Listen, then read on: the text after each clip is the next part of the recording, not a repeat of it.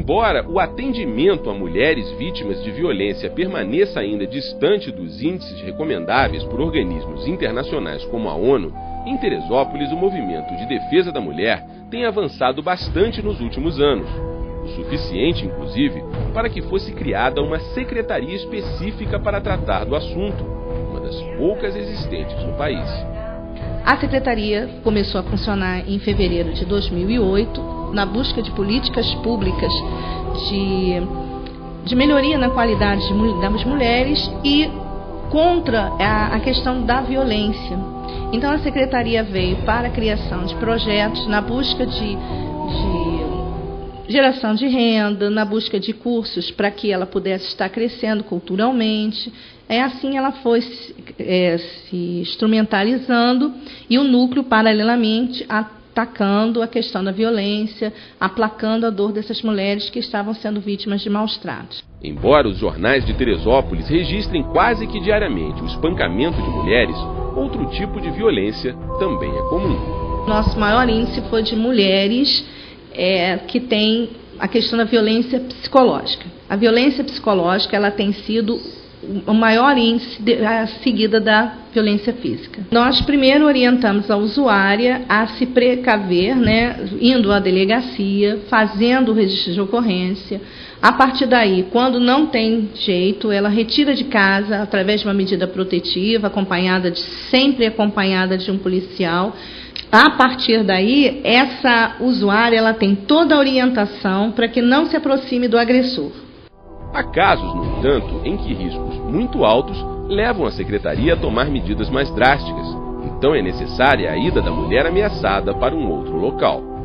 Não resolvendo, o que a gente tem que fazer? Nós não temos aqui na região serrana uma casa-abrigo. É o ideal, é a vontade do governo Jorge Mário, vinda do centro de referência, assinar um convênio entre os municípios vizinhos, porque a casa-abrigo ela vem de um convênio. Então nós estamos encaminhando para casas-abrigos de municípios que sejam nossos vizinhos, que é o Rio de Janeiro, e na Baixada, para que eles recebam a nossa usuária. E se o caso for realmente sério, a gente até busca tirar do estado.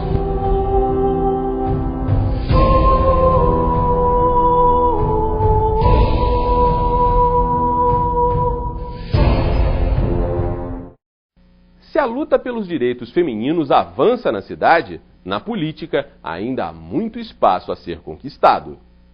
A médica Afaf Ribeiro ocupou durante 6 meses a cadeira de prefeita de Teresópolis.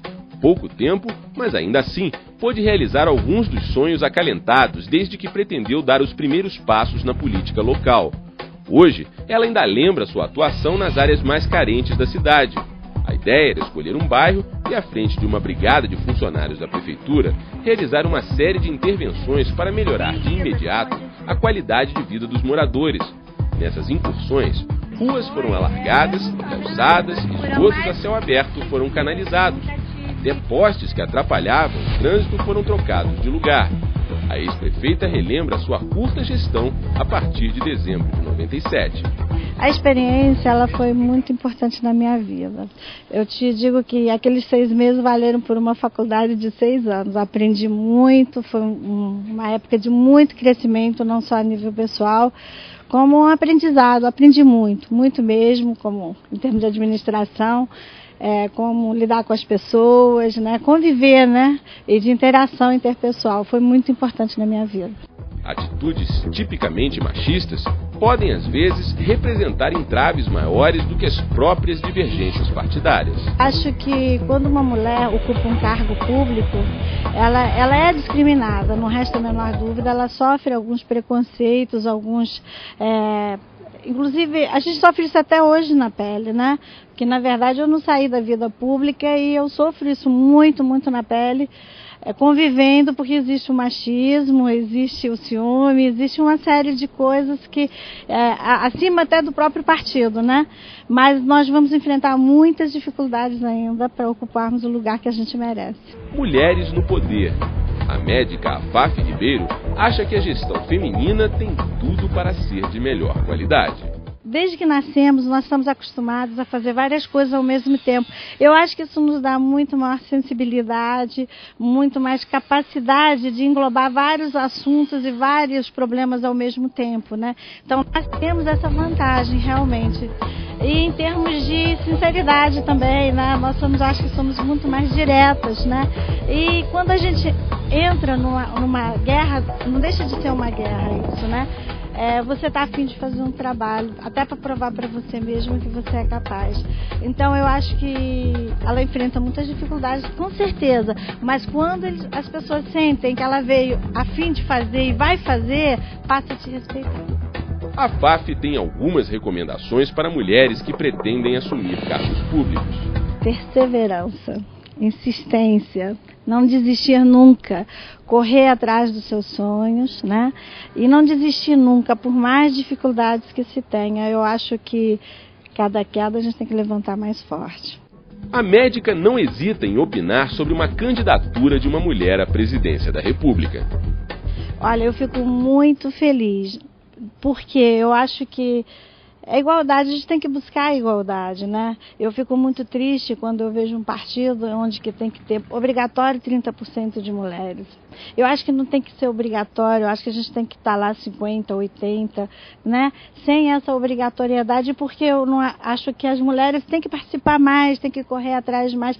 Eu acredito muito, muito, muito no comando de uma mulher. Eu acho que vai ser um comando mais humano, mais sensível, mais abrangente. Então, eu peço a cada mulher que entre na briga, sim, porque nós precisamos melhorar esse mundo, né? Eu acho que temos que ter igualdade, mas a igualdade não é comemorando o Dia Internacional da Mulher. Eu acho que todo dia é o nosso dia.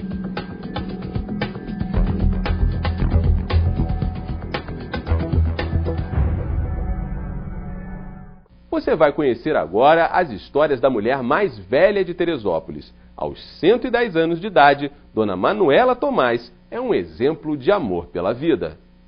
As lembranças sempre chegam envoltas nas brumas de um passado distante.